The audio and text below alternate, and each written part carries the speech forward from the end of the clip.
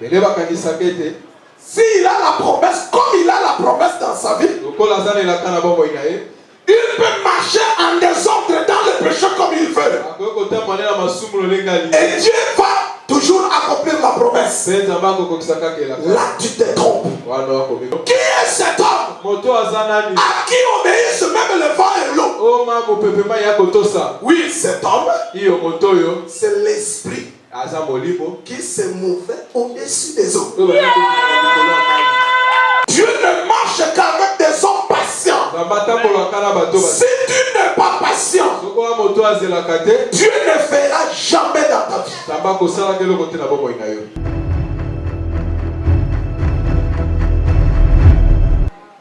On va nous prendre Jean 11.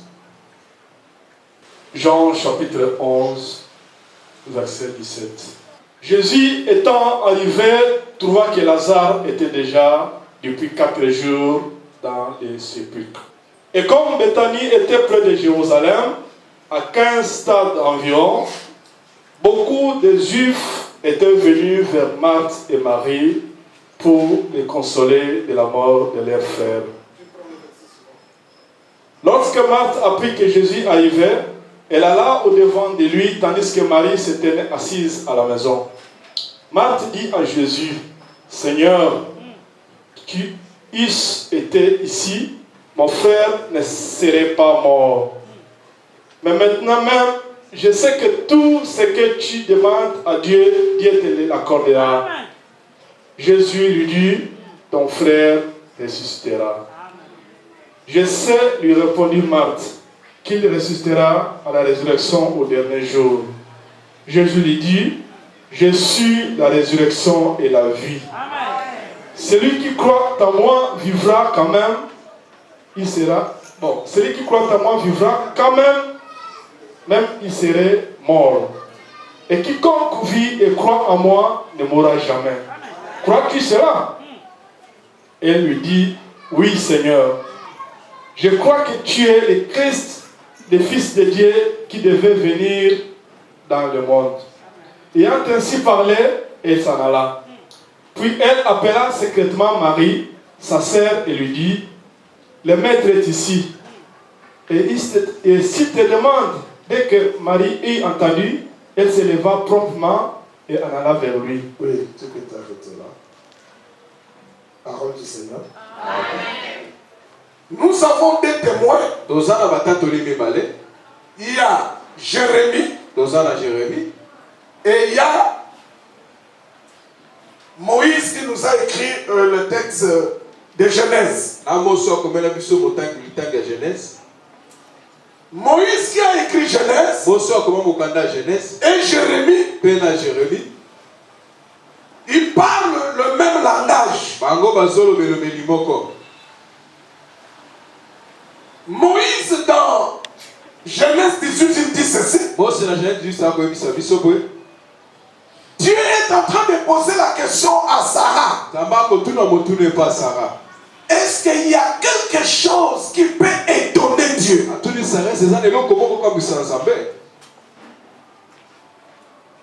Pourquoi Dieu a-t-il posé cette question à Sarah? C'est parce que Sarah regardait son âge. Sarah avait 89 ans ce jour-là.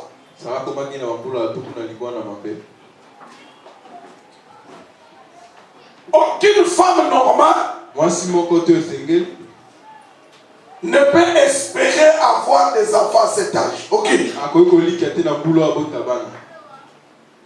Amen, amen. Vous êtes avec moi? Amen.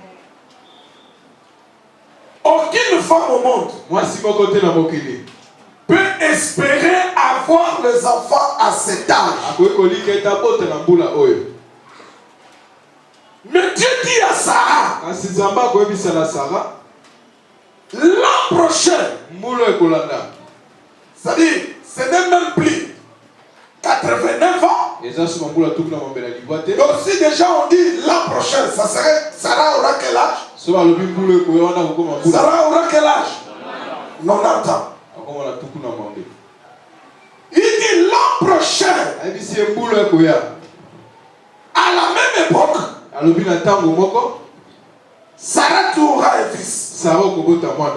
Donc là, humainement, les choses deviennent encore très compliquées.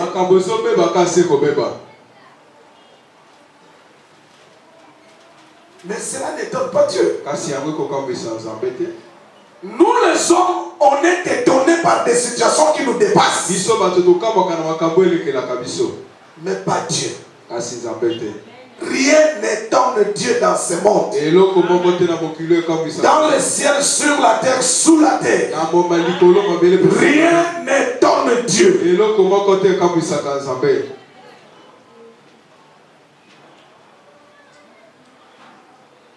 En même temps, ce que Dieu avait dit sur Sarah était accompli. Amen, amen. Amen. Nous prenons encore quelque chose qui a étonné les gens, les hommes. C'est la mort de Lazare. Là, nous sommes dans Jean 15. Lazare était mort. Et on l'a enterré. Il avait fait déjà sous la terre 4 jours. Et les corps étaient déjà composés. Décomposés. Jésus vint le 4e jour. Donc pendant que tout espoir est parti, tout est fini. Donc, la personne était malade. Jésus n'était pas là. La personne est morte. On pouvait encore espérer que le corps est là. On n'a pas encore enterré, Jésus peut venir. Mais pendant que le corps était là, Jésus n'est pas venu. Mais il vient pendant que humainement tout espoir est perdu et fini.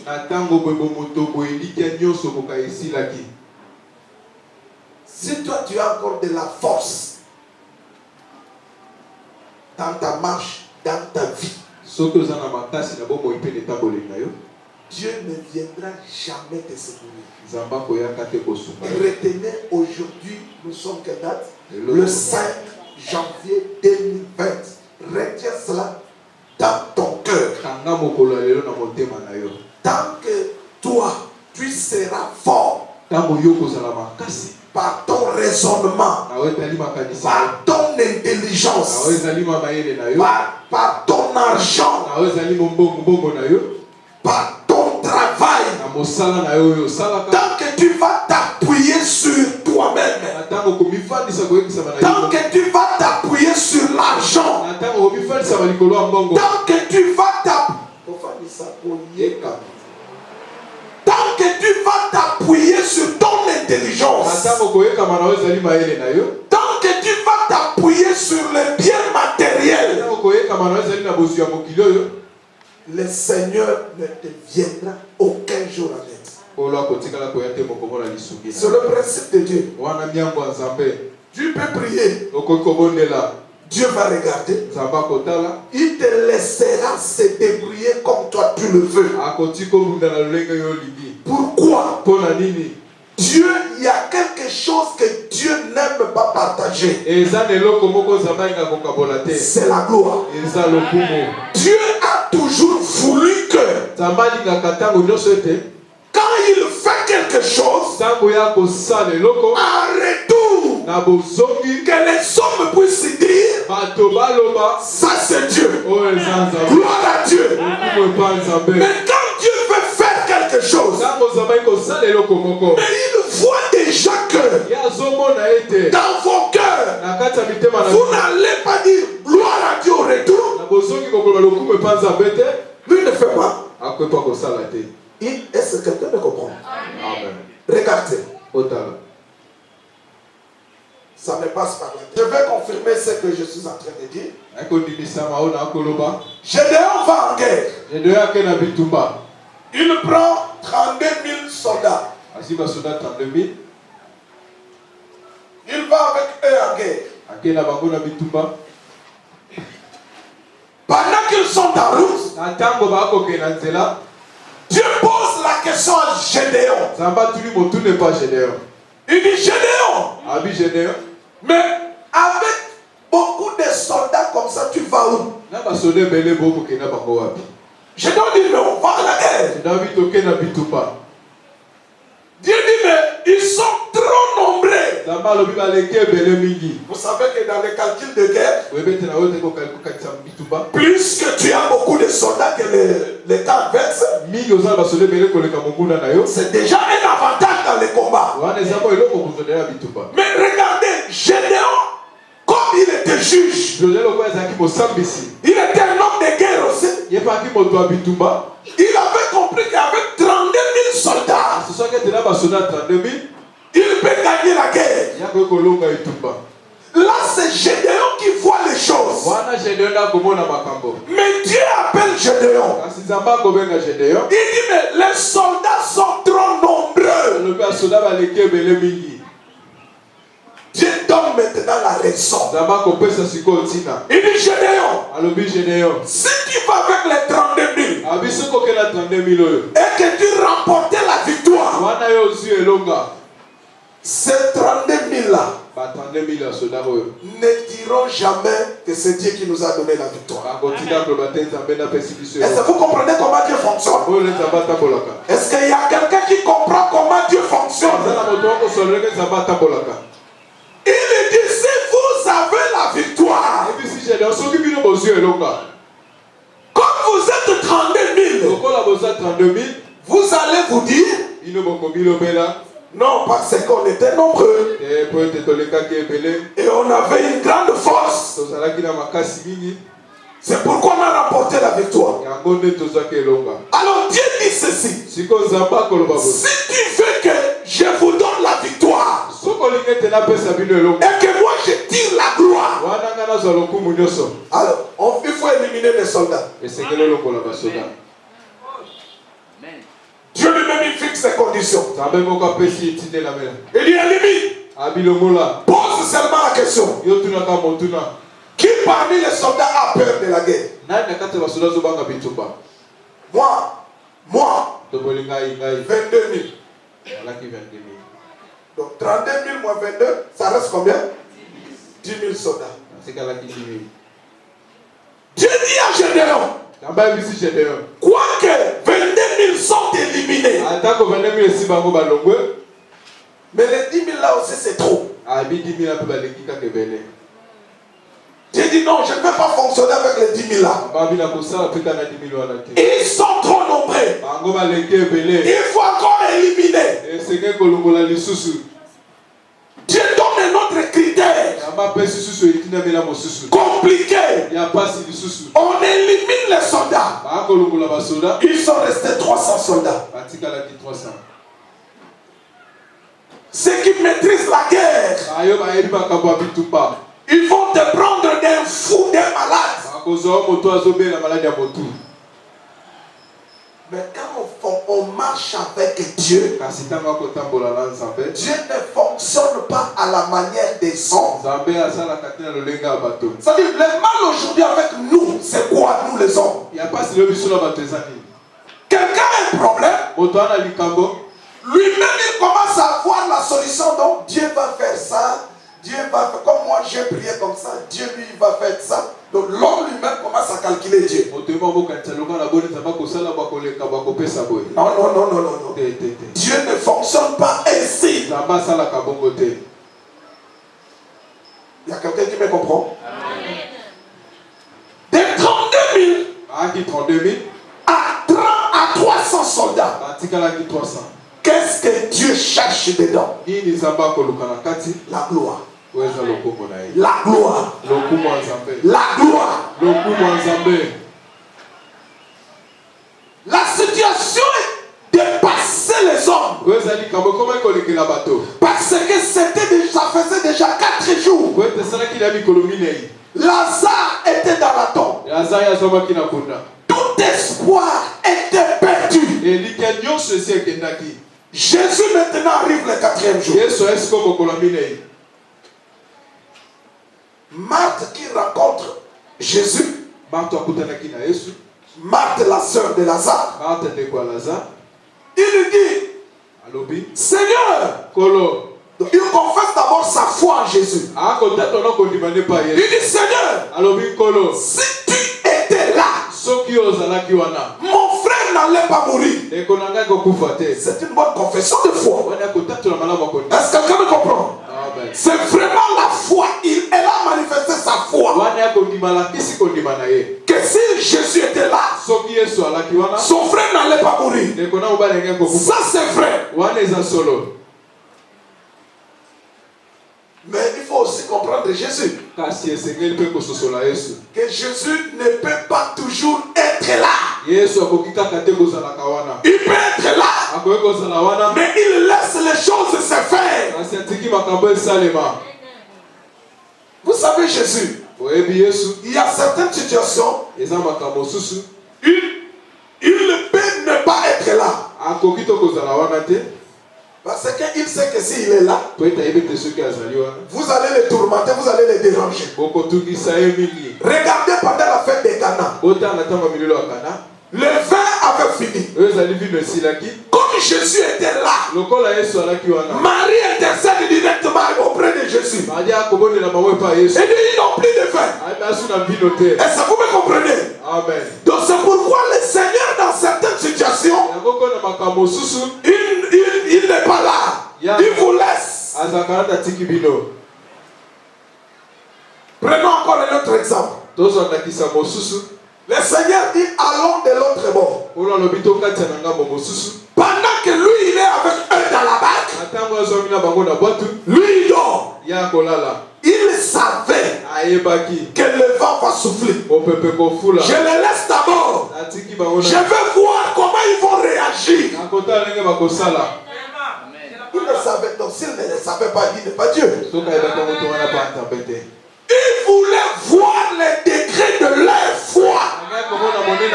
Les choses de Dieu, c'est les choses de la foi. Sans la foi, tu ne peux pas marcher avec Dieu. Tu as tâtonné 2019.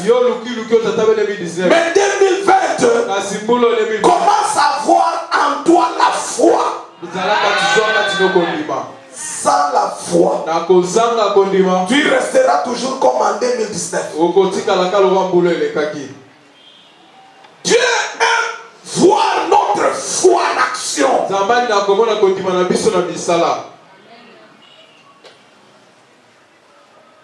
Il dort. Le vent soulève l'eau. L'eau entre dans la pirogue. Les disciples ont commencé à donner de leurs efforts d'abord.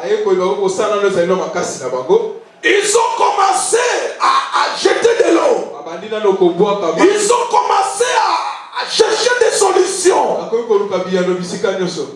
Mais ils ont compris que le vent était plus fort que eux.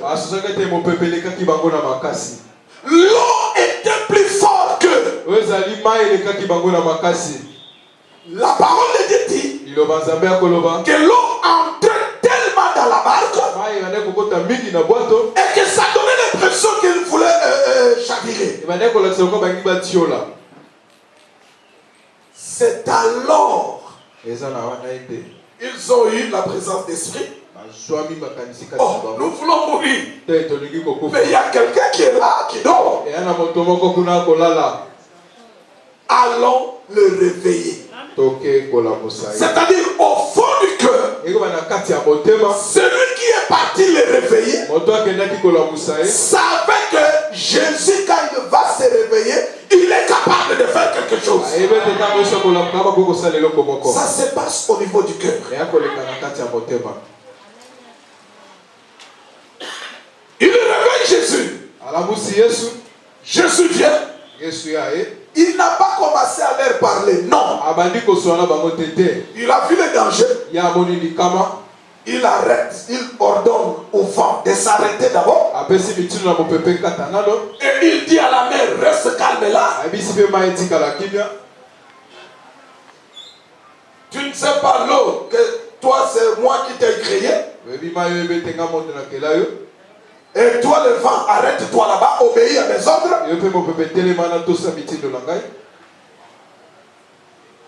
Alors, les apôtres se sont, ceux qui étaient dans la bureau, ont commencé à se regarder. Ils se sont dit, mais qui est cet homme? Ils se sont posé cette question. Qui est cet homme? Là, il a déjà fait des années avec eux. Hein? Je vais dire à quelqu'un. Jésus dit, il fait toujours des choses étonnantes. Ils étaient toujours avec lui. Mais ces jours-là, ils se sont encore posé la question pour savoir. Mais il est qui cet homme? C'est-à-dire, ils ont vu une autre dimension de Jésus. Jusque-là, qu'ils n'ont jamais vu auparavant. Qui est cet homme? À qui obéissent même le vent. Le vent. Le vent. Et l'eau. Qui est cet homme? J'espère aujourd'hui je vais répondre aux apôtres. Là ils sont au paradis. Je sais qu'ils ne vont plus m'écouter. Mais que les anges qui vont écouter maintenant, qu'ils fassent un mouvement vers le paradis. Pour aller leur donner la réponse. Qui est cet homme? À qui obéissent même le vent et l'eau? Oui, cet homme, c'est l'esprit qui se mouvait au-dessus des eaux. Autant ancien, au commencement. Au commencement, l'esprit de Dieu se mouvait au-dessus des eaux. C'est celui-là. C'est pourquoi un jour, dans la chair, pour démontrer, pour prouver que c'est bien lui, l'esprit qui se mouvait au-dessus des eaux au commencement, il a marché sur les eaux.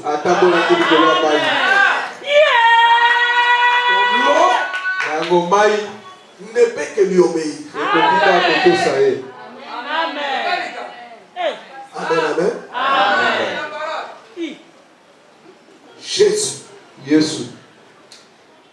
il nous fait toujours étonner. Mais lui, rien n'est étonnant pour lui. Aucune situation ne peut l'étonner. Si le vent et le vado était une situation qui étonnait les apôtres. Mais pour lui, ça ne l'étonnait pas. Donc regardez. Quelqu'un qui maîtrise le vent et qui maîtrise l'eau. Mais dans ta vie, qu'est-ce qui peut étonner une telle personne? Dans ta famille, qu'est-ce qui peut l'étonner? Si le vent ne peut pas lui faire peur, si l'eau agitée ne peut pas lui faire peur, dans ta famille, dans ta situation, qu'est-ce qui peut l'étonner? Le problème, c'est que nous n'avons pas de foi.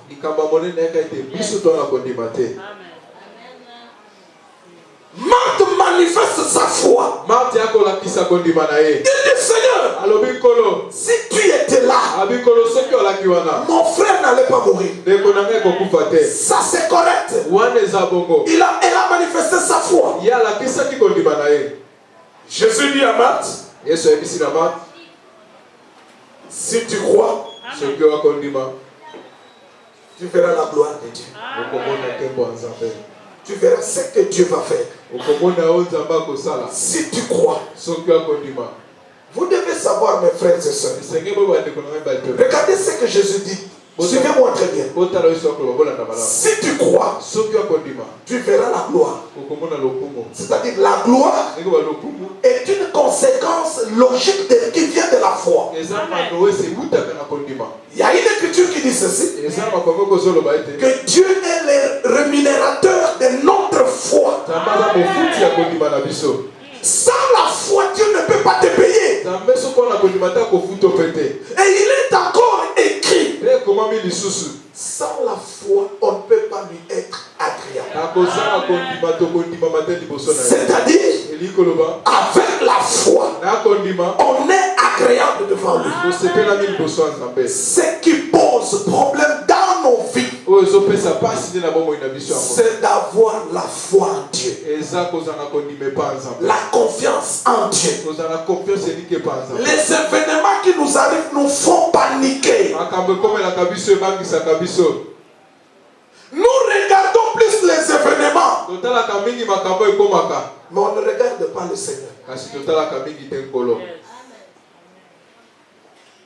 Jésus dit à Marthe, si tu crois, tu verras la gloire de Dieu. Marie et Marthe répliquent, oui, je crois que tu es le Fils de Dieu qui devrait venir. Tu es le Christ, le Fils de Dieu qui devrait venir. Elle manifeste encore la foi. Ça, c'est la foi correcte. Correcte. Sans problème. Jésus lui dit encore, Marthe, je suis la résurrection. Amen. Marthe dit, oui, je sais que Dieu est la résurrection. Mais mon frère est mort déjà. Jésus dit, ton frère, comme moi je suis la résurrection et que je suis venu, ton frère va ressusciter. Là maintenant les choses se passent dans le cœur de Marthe. Les paroles de Jésus est la réalité de la vie. C'est là où nous tous on faillit. C'est là où nous tous on faillit. Jésus lui dit, ton frère va ressusciter. Marthe croit que Jésus est la résurrection. Mais Jésus lui dit, ton frère va ressusciter. Marthe maintenant regarde. Mon frère va ressusciter. Mais il est déjà mort, ça fait 4 jours, non? Il est déjà pourri. Donc là, ça se passe dans ses pensées. Alors elle réplique à Jésus. Oui, je sais que mon frère va ressusciter. Mais au dernier jour. C'est-à-dire, elle repousse très loin la résurrection de son frère. C'est là où il y a le problème. Le Seigneur lui disait, il va ressusciter, c'est aujourd'hui. Mais Marthe, elle voyait la résurrection au dernier jour. Non, elle dit au dernier jour. Maintenant, il faut chercher à savoir de quel dernier jour s'agit-il. Oui. Le dernier jour de la grâce, en fait. Donc, tu amènes ça comme ça. Voilà. C'est pourquoi en 2020, je vais vous donner beaucoup d'enseignements. Beaucoup d'enseignements. L'église grandit, s'affermit avec des enseignements. Ça, c'est une exhortation. C'est pour vous encourager à marcher avec Dieu. Mais on ne grandit jamais avec les exhortations. C'est avec les enseignements. Et cette année, je vais enseigner. Je vais vous enseigner. Vous êtes en retard dans beaucoup de choses, sur beaucoup de choses. Marthe manifeste la foi. C'est que je comprends que Marthe, sincèrement, elle écoutait des enseignements, c'est Jésus. Parce que parler d'abord de la résurrection au dernier jour, c'est qu'elle comprenait les enseignements que Jésus lui donnait. Marthe renvoie la résurrection très loin de son frère. Jésus dit non. C'est aujourd'hui. Je t'avais dit, si tu crois, tu verras la gloire. Mais Seigneur, ça fait 4 jours. Là, c'est Marie qui vient dire l'histoire des 4 jours. Mais ça fait 4 jours. Il est déjà pourri là-bas. C'est plus possible, Seigneur.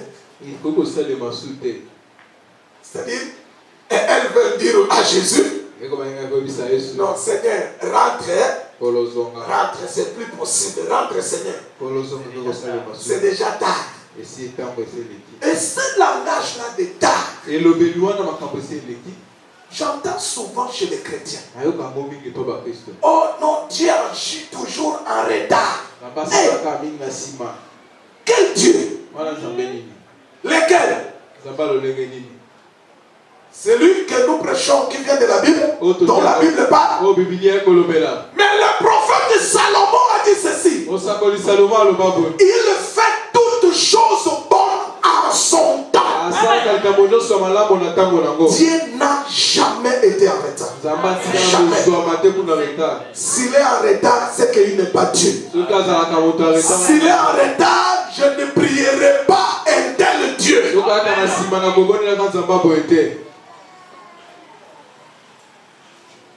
Dieu n'est jamais en retard. Il fait toutes choses bonnes en son temps. Si la bonne chose n'est pas encore arrivée, tu attends. Regardez. Ici, c'est le jour où on te donne la promesse. On dit toi, tu vas voyager. Toi, tu vas te marier. Toi, tu seras grand. Tu seras ministre. Tu seras président de la République. Tu seras. Là, c'est ici. Maintenant, le temps fixé, le temps de l'accomplissement, c'est là-bas. Cet espace ici, c'est là où les choses se passent. C'est ici que Dieu veut voir la foi en nous. C'est là où Dieu voit en nous la patience. Amen, amen. Vous devez savoir que sans la foi, tu ne peux pas marcher ici avec Dieu. Que sans la patience, tu ne peux pas arriver au jour de l'accomplissement. Dieu ne marche qu'avec des hommes patients. Dieu ne marche qu'avec des hommes patients. Si tu n'es pas patient, Dieu ne fera jamais dans ta vie. Est-ce que quelqu'un me comprend? Les fruits de la patience, c'est un fruit agréable à manger. Mais le fruit de l'impatience est désagréable.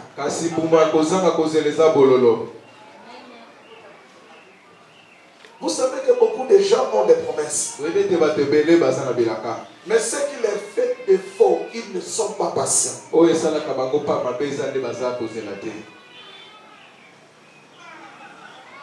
Il faut être patient avec Dieu. Amen, amen. Et la troisième chose que tu as besoin, que Dieu veut voir en toi ici, pendant cette période,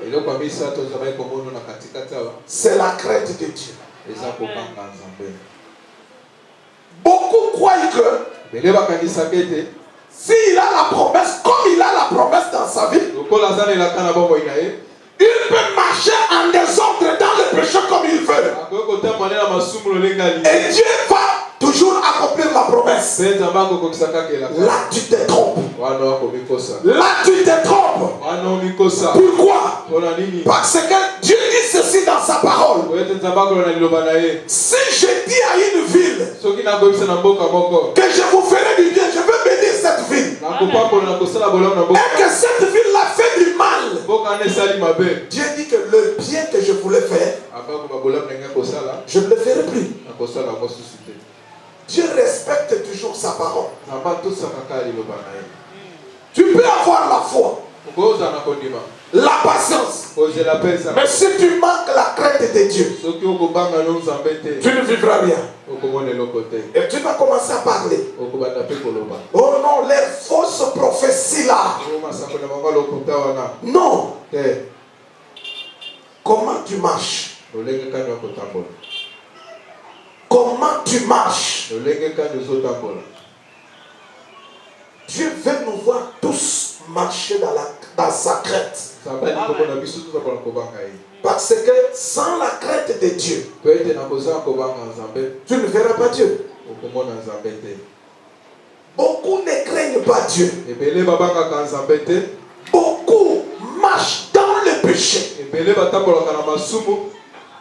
Mais ils donnent l'impression de craindre Dieu. Mais Dieu te voit. Ne fais pas semblant. C'est pas nous. C'est pas moi l'inspecteur de votre vie. L'inspecteur de ta vie, c'est le Saint-Esprit.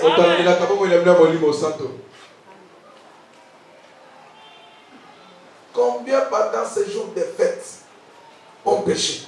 Combien? Parce que souvent c'est pendant les fêtes que les gens pêchent.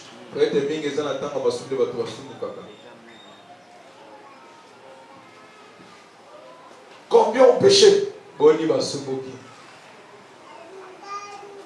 Le 31. Non, en commençant déjà le 25, le 24, le 25, le 26, le 27, le 28, le 29, le 30, le 1er, le 2, le 3,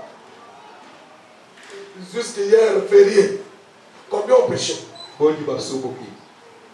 Après, tu nous feras croire que c'est comme si la prophétie qu'on t'avait donnée, c'est une fausse. Non. Non. Dans ce travail, Dieu ne m'a jamais menti. Aucune fois. Si ça coince, ça bloque quelque part, ce n'est pas nous le problème. Ce n'est pas Dieu le problème. C'est toi. Regarde ta vie. Amen, amen. Mais si tu as péché, la solution c'est la confession. Il ne faut jamais garder le péché en toi. Jamais. Le péché est mauvais. Le péché détruit la vie de quelqu'un. Il ne faut jamais garder la vie du péché. Il n'y avait plus d'espoir pour les sœurs de Lazare. Parce que ça faisait 4 jours. Plus d'espoir. Il pourrit déjà. C'est-à-dire, c'est là où le Seigneur peut dire, même les 4 jours, ça ne m'étonne pas. Même les 4 jours là, ça ne m'étonne pas, Marthe et Marie.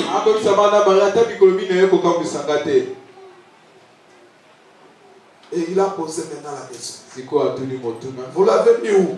Il dit, là-bas, viens voir. Jésus est parti. Il arrive. Il lui dit ôtez la pierre. On a ôté la pierre. Il lui parle. Il dit Lazare, sors. La parole dit, personne n'était entré là-bas pour prendre Lazare. Personne. Lisez bien ce texte. Lazare mort.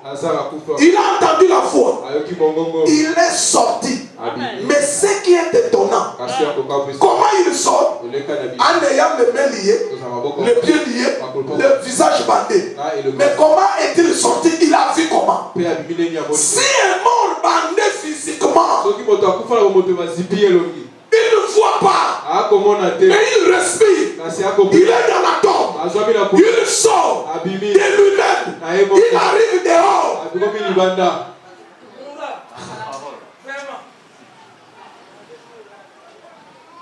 Tout ce qui peut entendre la voix de Jésus dans ta vie,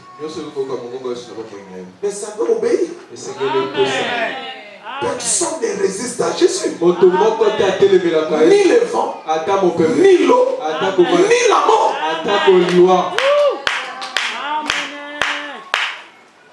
Amen, amen. Rien n'étonne Dieu. Dans ta vie, dans ta famille, vous avez un cas de maladie. On a déclaré cela que c'est une maladie incurable, c'est une maladie. On va seulement continuer à donner le médicament jusqu'à ce que, au lieu qu'on te dise que jusqu'à ce que la mort vienne, on va chercher des mots pour ne pas te faire mal. Là, c'est les hommes. Mais cela n'étonne pas Dieu. La prostate n'étonne pas Dieu. Les reins n'étonnent pas Dieu. La diabète n'étonne pas Dieu. C'est déclaré une maladie incurable. Je ne sais pas par l'homme ou par quoi. Je ne sais pas moi par la médecine. Même pas par le Seigneur.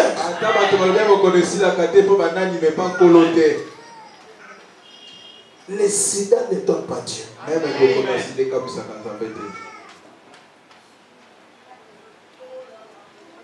Cette maladie-là qui vous fait dépenser trop d'argent. Quand vous regardez cela, vous vous posez trop de questions dans la famille. Ça n'étonne pas Dieu. Ça n'étonne pas Dieu. Le problème, c'est notre foi. Et la foi produit le miracle. Un mort de 4 jours sur la terre a entendu la voix. Le vent a entendu la voix. Les eaux agitées ont entendu la voix. Et je te dis aussi, la maladie a entendu la voix.